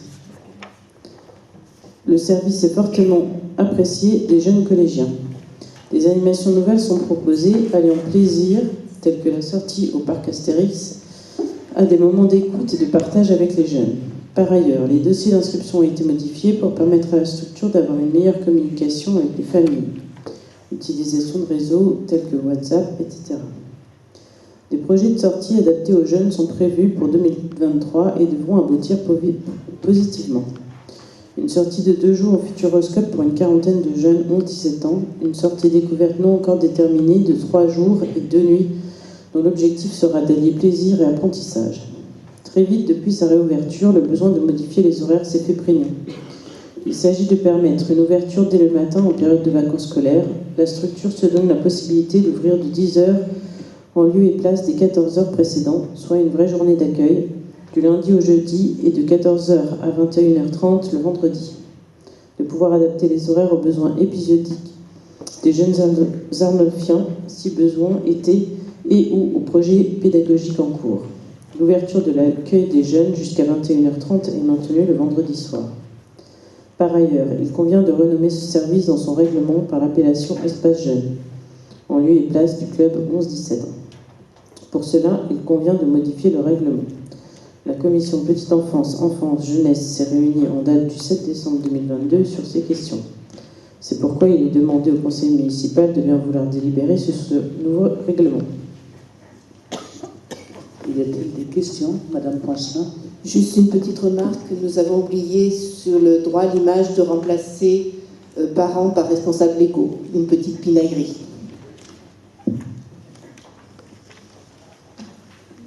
Sur le droit à l'image, vous dites? Droit à l'image, sauf demande expresse contraire de la part des responsables légaux. Oui, tout à fait. On pourra le corriger. Madame Preston, Madame Guignard.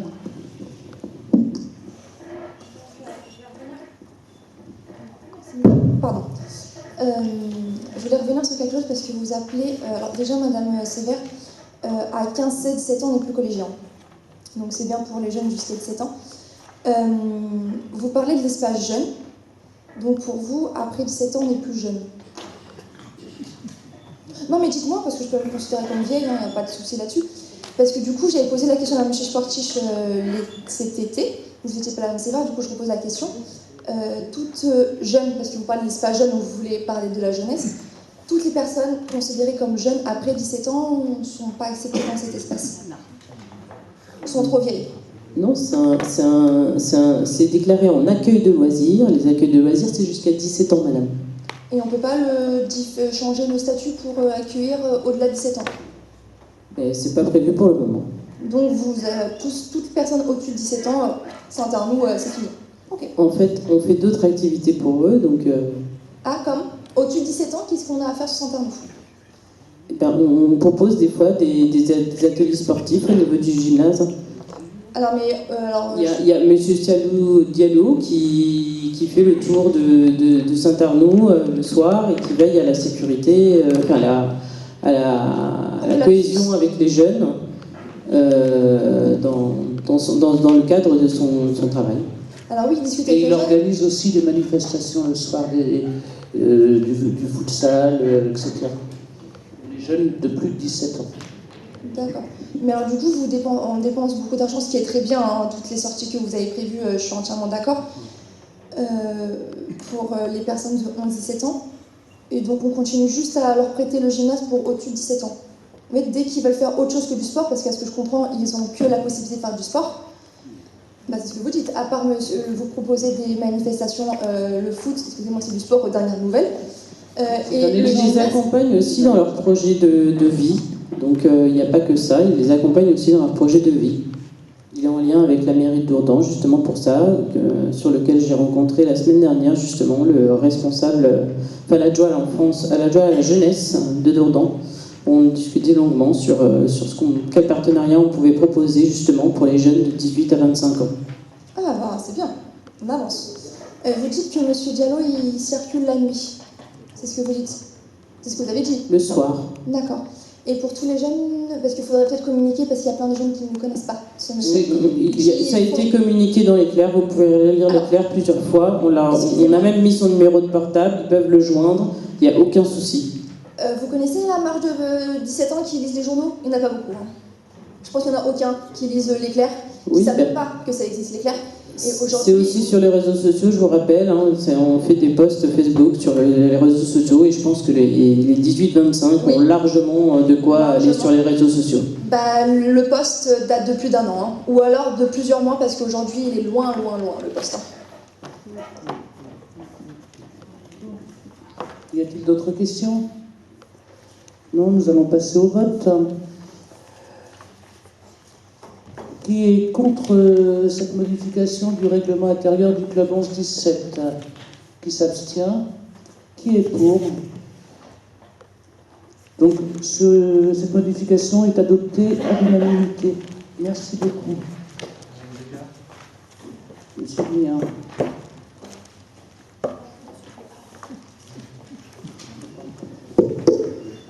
Juste, excusez-moi, mais revenir sur la note de synthèse numéro 5. Je n'ai pas répondu parce que j'étais surpris. La fois dernière, je l'avais évoqué en disant que le vote pour un rapport d'activité sur un organisme extérieur à la commune, il n'y avait pas besoin de voter. Donc vous avez bien pris en compte ma requête et vous avez donc tout de suite dit, vous avez pris acte, et c'est très bien, c'est comme ça que ça fonctionne. Par contre, votre note de synthèse est fausse puisqu'il y a marqué à la fin de cette note de synthèse de voter. Donc, celle-ci est fausse. Donc, la prochaine fois, faites attention, retirez le vote quand il s'agit de prendre acte.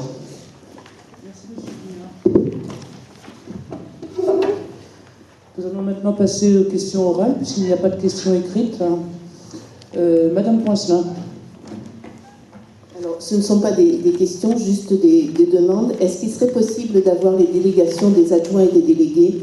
Parce que j'avoue que le site n'étant pas forcément à jour, je suis un petit peu perdue. Donc... Nous vous les donnerons, Madame Poincelin. On regardera sur le site si elles sont à jour. Et si de toute façon, si elles ne sont pas à jour, on vous les donnera. Enfin, si elles sont pas à jour, on rectifiera. Et si elles sont à jour, on vous les donnera. D'accord. Mais normalement, elles sont à jour. Les deux.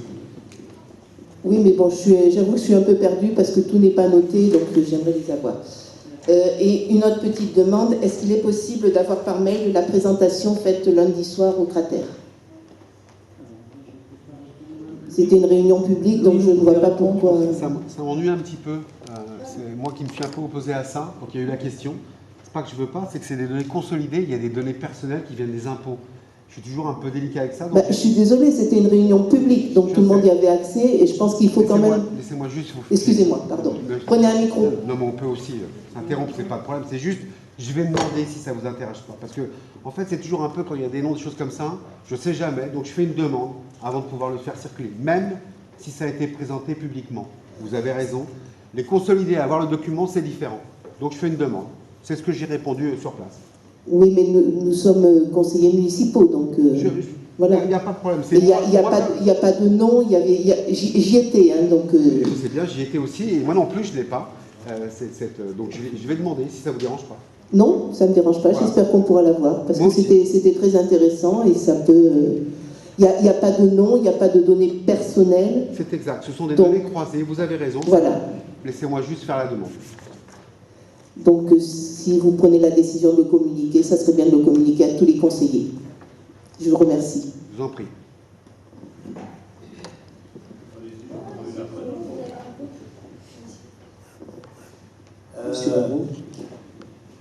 J'ai cru comprendre qu'il y avait eu un souci dans l'alarme au conservatoire, ce qui a obligé Rambouillet Territoire à dépêcher quelqu'un qui est présent en permanence pour éviter les barres de feu, ce qui est quand même relativement contraignant et autre, et je ne sais pas qui en partage le coût, c'est la première partie de ma question, mais est-ce que ce problème d'alarme a été résolu et est-ce qu'on a pu libérer la personne qui a dû quand même sacrément s'embêter à faire des rondes toute la journée sur le conservatoire? Alors, le problème d'alarme est résolu, puisque l'alarme est en cours depuis le 5 décembre, elle est en cours de remise en état, on va dire, de changement. Donc, normalement, le problème est résolu. C'est fait ou c'est en cours? Monsieur Baguelier est plus au courant du dossier que moi. Je peux vous donner quelques précisions. Depuis le 5 décembre, une intervention est en cours sur site pour une remise en conformité de l'ensemble des systèmes incendie du bâtiment. Et en même temps que les travaux de mise en conformité, qui sont assez lourds, le prestataire a réussi à remettre en service, le temps de son intervention, les choses qui étaient devenues dysfonctionnantes depuis la Toussaint. Donc on a pu libérer un peu plus tôt que prévu cette personne dont vous parlez. Et le coût a été supporté par Rambouillet Territoire, dans son intégralité.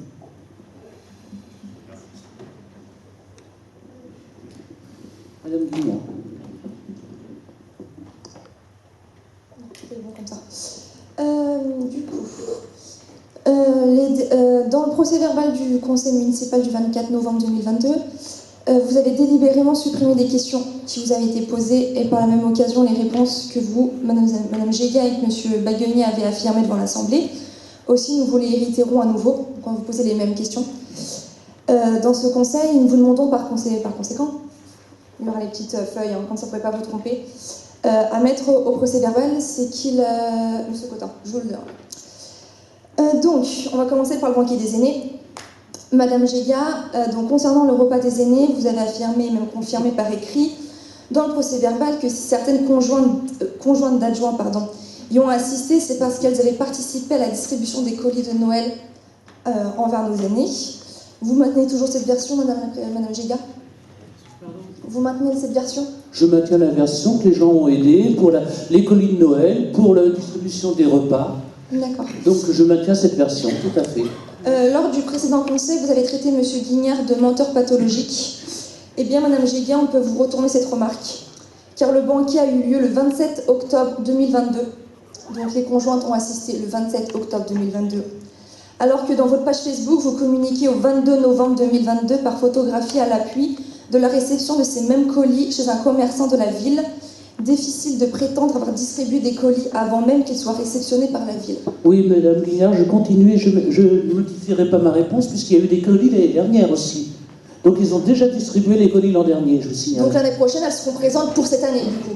Non mais n'importe quoi. Bah, c'est ce que vous dites. Madame Guignard, les gens ont distribué les colis l'année dernière pour Noël et ont distribué les repas avant le banquet. Je crois que j'ai été très clair sur ce sujet. Ils les distribueront peut-être encore cette année s'ils sont disponibles. Donc voilà, vous avez mes réponses. Disponible, Madame Géguin? Mais écoutez, nous faisons ce que nous voulons, Madame Guignard. Voilà. Moi, si j'ai le nombre de personnes qui m'entourent et du CCAS qui font le travail, il n'y a pas de problème. Donc on passera bien avant les conjointes. Vous nous demanderez avant les conjointes. C'est n'importe quoi. Bah, c'est ce que vous dites. Non, je dis pas ça. Vous dites, bah si, vous avez dit. Non, mais certains membres du conseil ici le font avec leur conjoint. Voilà, c'est tout. Donc un conseiller passe après une conjointe d'adjoint. Non, pas forcément. Bah c'est ce que vous venez de dire. Bah, que vous proposez aux conjointes avant de Madame le faire Guignard, au conseiller. Ça concerne combien de conjoints, d'après vous? Allez, dites le nombre. Moi, j'aimerais bien que vous disiez le nombre. Alors, c'est ça doit compliqué. concerner 2 personnes maximum. C'est compliqué à juger. Parce que les autres conjoints avaient plus de 60 C'est avaient plus de ce que je 65 vous ans. dis. C'est compliqué à juger parce qu'effectivement, il y a 2 conjoints qui étaient présents. Alors, je ne sais pas combien ils étaient présents l'année dernière. Cette année, parce qu'effectivement, ils ont moins de 65 ans.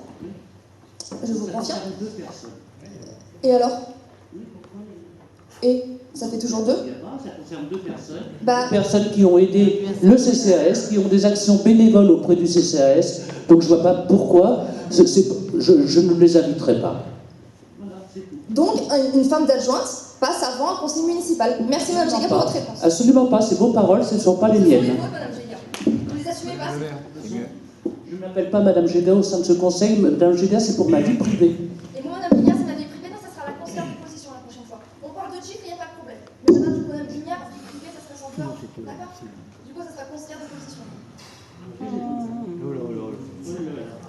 C'est vous qui voulez pas Vous n'avez pas jugé, Madame Géguin. Je dis, vous n'avez pas à juger, elle a le droit de dire ce qu'elle pense. Vous voulez qu'elle vous appelle Madame la Présidente, vous l'appelez Madame la Conseillère.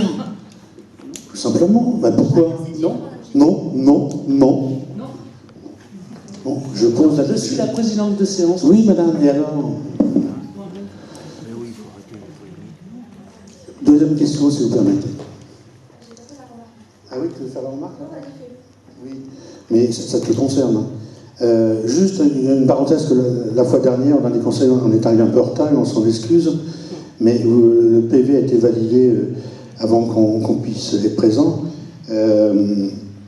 Il est noté dans le PV qui est ici présent par rapport à un courrier qu'on avait émis en début 2022 concernant les différents supports de communication. Nous avons interrogé à plusieurs reprises lors de ce conseil votre adjoint à la communication. Et lors de ce conseil, donc du 29 septembre, il a dit à Mme Guignard, puisque Mme Guignard souhaitait avoir un mail en ayant des précisions sur le Sénat et l'AMF, concernant nos droits aux moyens de communication, et il a dit qu'il répondrait. C'est ici, ce m'a indiqué, on attend toujours, c'était le 29 septembre, c'est 3 mois après, toujours pas de réponse. Alors je vais vous répondre maintenant, Monsieur Guignard. Non, c'est pas la peine, monsieur. On veut juste un mail de votre part, comme c'est écrit dans le PV. C'est tout. Votre réponse orale ne m'intéresse pas, monsieur. Vous n'aurez pas de mail. Petit 1, vous n'aurez pas de mail. Petit 2, vous l'avez déjà. Ouvrez vos mails. Je peux vous apprendre à les ouvrir. Vous avez répondu ceci, monsieur, donc vous répondez à Mme Guignard. Vous l'avez déjà, Monsieur Guignard, dans vos mails. Recherchez-le. Parce que ce mail qu'on a reçu ensemble, je finis. Ce mail qu'on a reçu ensemble, il vous était adressé et j'étais juste en copie. Ouvrez-le, c'est un petit PDF. Très bien. Troisième chose, j'ai proposé à Mme Guignard de passer à la mairie pour le prendre. Elle m'a répondu qu'elle était débordée. Oui. Et moi, je fais quoi? Vous envoyez un mail. Non, je suis aussi débordé. Je vous l'apprends. Vous êtes adjoint, monsieur Lassorla, il faut démissionner votre poste d'adjoint. Oui. Moi, je me suis engagé, monsieur Guignard. Oui, bien sûr, oui, ça c'est sûr. J'ai cette force. Oui, c'est ça. Je peux vous la prêter. Vous êtes engagé pour me trahir, c'est ça, c'est sûr. Vous trahir? Oui, Vous démissionnez tout seul, monsieur Guignard? Bien sûr, bien sûr. C'est moi qui ai écrit le courrier à votre place. C'est ça? Moquez-vous de moi, monsieur, moquez-vous de moi. Ah, je ne me moque pas. Vous avez pris une décision, assumez-la. Votre trahison est La deuxième flagrante. chose, madame Guignard, je vous l'ai dit en séance, venez, on vous l'imprimera. La note du Sénat, celle que j'ai, je ne peux pas vous la donner parce qu'elle est documentée. Je vous l'ai déjà dit, je vous le redis. C'est tout. Vous pouvez me la fournir en papier, mais vous pouvez me la fournir par mail. Oui, parce que je peux cacher en papier ce qui m'est documenté. C'est facile à comprendre. Envoyez-moi juste la partie que vous voulez me fournir. Je vous demande de vous déplacer. J'ai aussi des choses à faire. Alors, enfin, je veux dire, vous rétorquez, vous ne pouvez pas passer parce que vous n'avez pas le temps. J'ai le même problème. alors, je vous demande pas de passer, c'est beaucoup plus rapide. Donc, envoyez un mail. C'est du temps, madame, c'est du temps. C'est du temps, c'est la même chose, c'est du temps. Il n'y a pas de raison que le temps compte plus pour vous que pour moi. Je ne suis pas d'accord. C'est un mail, ça prend 5 minutes à envoyer. Eh bien, se déplacer en mairie, vous passez devant très souvent, ça prend 5 minutes aussi. C'est bête, hein. Très bien. Monsieur Desclous, je me souviens d'une chose. Un jour, on discutait. Je ne sais pas de quoi vous vous souvenez. Non, mais Monsieur Guignard, attendez, faites monsieur attention Desclous, à ce que vous vous souvenez. Non, mais vous êtes très bien vous en souvenir, même si vous ne voulez pas être honnête à ce niveau-là. Vous m'avez dit, Sylvain, il faut que j'aille répondre à un mail. Vous l'avez dit lors de nos réunions privées ici avec toutes les personnes ici présentes. C'est exact. J'ai l'enregistrement. Il n'y a pas besoin d'enregistrement, c'est exact. Oui, tout à fait. Vous n'avez pas envoyé ça, monsieur Guignard. Si, même. J'ai l'enregistrement où même Madame Géga précise que monsieur Baguenier a voulu nous menacer de mort, nous, notre femme, moi et ma famille. J'ai l'enregistrement. Par mail? Apparemment non, monsieur, puisque ça a été jugé par le Ça a été jugé, mais bien sûr, vos amis politiques sont intervenus, madame. Monsieur Guignard, ça n'a rien à faire à l'ordre du jour du Nous sommes d'accord. municipal. Nous sommes d'accord. Donc permettez-moi de poser la deuxième question. Mais les faits sont là, ils sont avérés, et j'ai un enregistrement qui est bien dans un coffre, j'ai déjà dit, qui précise que vous accusez votre premier adjoint à l'époque, qui n'était pas à l'époque de ça, puisque c'était ma première adjointe. Bon, je continue. Monsieur Baguenier, lors du dernier conseil, je vous ai posé la question suivante. À la fin de la séance du conseil municipal du 29 septembre 2022, je vous ai demandé si l'enrobage de votre bateau et de votre allée avait été fait par une entreprise et si vous aviez une facture. Vous m'avez confirmé que non, car c'était de l'enrobage qui restait des rues de l'Alleux et un morteau. Madame le maire est-elle au courant et vous a-t-elle donné son accord? Le président de la carte est-il informé et a-t-il donné son accord? Pourquoi l'entreprise a-t-elle effectué ses travaux en dehors des rues concernées? Après un long monologue et des explications contradictoires, vous avez expliqué que vous n'aviez jamais tenu de tels propos et affirmé que la réfection de votre trottoir et des rustines faites dans votre bateau et allée avait été faite suite à des réserves émises sur les travaux effectués par Rouy Territoire dans le quartier des Grands Murgers et dans la rue du Bon-Saint-Arnoux en 2020. Monsieur Baguenier, vous n'êtes pas sans ignorer que seule est prise en charge dans les travaux de voirie communautaire la réfection du tapis de la chaussée, pas les trottoirs qui restent de la compétence de la commune, et encore moins la rustine dans l'allée privée que vous partagez avec votre voisin. D'ailleurs, la facture de l'entreprise Eurovia témoigne des travaux réalisés. Cela concernait l'enrobé de la chaussée, il n'y avait pas de réfection de trottoir ni d'allée. Alors, monsieur Baguenier, au mieux, c'est la commune ou l'intercommunauté qui ont pris en charge vos travaux personnels. Au pire, vous vous êtes entendu avec l'entreprise d'inclure vos propres travaux dans la globalité de la réflexion. Aussi, nous demandons à Madame la Présidente de diligenter une enquête interne pour éclaircir ces différents éléments et nous transmettre les documents que j'ai demandés à votre administration. Bien entendu, à défaut de communication de l'ensemble des documents demandés, nous saisirons la CADA. La CADA, je précise, c'est la Commission d'accès aux documents administratifs. Merci. Je ne peux pas, monsieur Guignard, vous laisser dire n'importe quoi. Je ne peux pas vous laisser dire que mes adjoints abusent des biens communaux. Je ne peux pas vous laisser dire ça. Je pense que ce sont des attaques personnelles, monsieur Guignard. Elles n'ont rien à faire en conseil municipal. Non, elles n'ont rien à faire en conseil municipal. Alors, vous nous soupçonnez tout le temps du pire. Je pourrais vous rappeler certaines choses que vous avez faites. Je pourrais vous les rappeler. Moi aussi j'ai des preuves, monsieur Guignard. Je n'en parle pas. Donc maintenant ça suffit, monsieur Guignard. Arrêtez d'attaquer personnellement les élus. Arrêtez, monsieur Guignard. Voilà. Le temps nous donnera réponse, madame. Oui, bah écoutez, je peux sortir moi aussi des documents. Monsieur Baguenier souhaite vous répondre. Je vais vous offrir une photo de profil pour Noël à la gendarmerie, monsieur Guignard, parce que je vais déposer plainte demain matin pour diffamation. La première fois, je m'étais dit que c'était votre mental un petit peu perturbé, ce que j'ai pu constater depuis quelques années, qui était l'explication de ce pourquoi vous étiez en train de raconter des bêtises à chaque fois que vous parlez. Je vais donc déposer plainte pour diffamation, parce que vous êtes un affabulateur, doublé d'un menteur, et vous êtes surtout quelqu'un qui insultait les gens à longueur de journée. Je vais vous dire quelque chose très rapidement. Moi, je ne suis pas venu ici pour m'occuper de la rue de l'Alleu, des glands qu'il y a devant chez vous, ou du trottoir qu'il y a devant chez moi. Alors je sais que ça peut vous dépasser, parce que comme on croit les autres, mais je vous garantis que cette fois-ci, vous allez rendre des comptes, et je vais demander à ce que publiquement, vous fassiez des excuses, et que votre tribune, pendant 12 mois, il va y avoir écrit dessus que vous êtes un menteur. Je vous le promets. Je vous le promets, ce sera fait demain. Monsieur Baguenier. Monsieur Baguenier. Parlez pas trop, ça va. Vous allez Baguenier, la justice, vous la connaissez, vous comme moi. Vous avez prononcé des attaques à l'égard de ma famille. Et non, mais vous rigolez ou quoi? J'ai un enregistrement, vous vous en souvenez pas, monsieur? Vous avez oublié?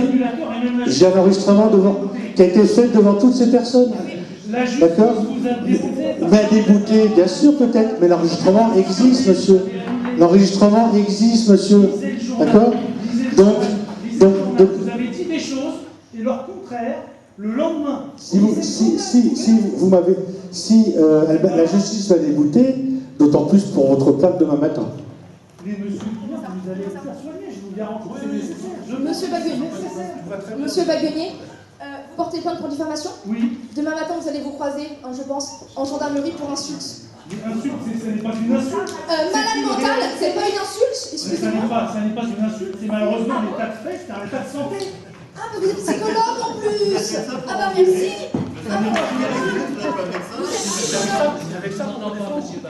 Vous êtes psychologue, monsieur Baguenier, je vous pose une question, vous êtes psychologue?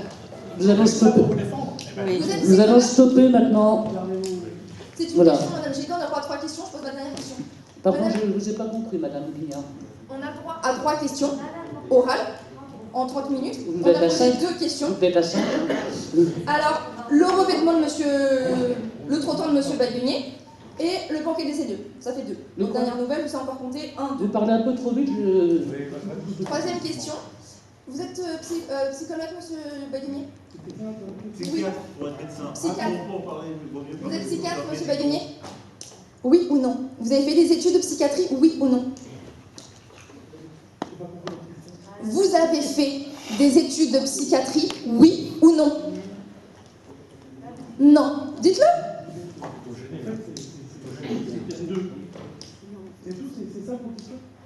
J'attends une réponse. Oui ou non? Bah c'est ma question. Est-ce que vous avez fait des études de psychiatrie? Bah, faut assumer vos paroles. Répondez. Ah non, j'ai pas ma réponse. Une question. Si je veux. Donc aujourd'hui, d'accord. Très bien. On passe au suivant. Donc c'était bien une insulte. Merci, monsieur Baguenier. C'est peut-être une insulte, vous n'avez absolument pas le droit d'utiliser des termes médicaux. La diffamation, ça ne vous dérange pas. Non, mais bon, Le lot de questions étant épuisé, nous allons clôturer ce conseil et donner la parole au public pour 30 minutes. Je vous remercie. Madame Guignard.